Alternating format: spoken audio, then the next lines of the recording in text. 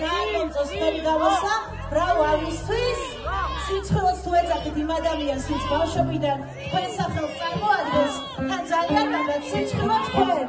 და თუ გონიათ რომ აგდით რომ კონცერტს დღეს შაში და ახალ წელს საგოთოთ ძალიან ცნობით ასე რომ თქვენ დღეს მე ყურადღებას არ მოგაქცევთ თქვენ თქვენი რეალობაში აგებული და შეგარგოთ მე მოგწერეთ ეს შენს კონცერტზე გამოსული ამით ვანახოთ რა გამივარ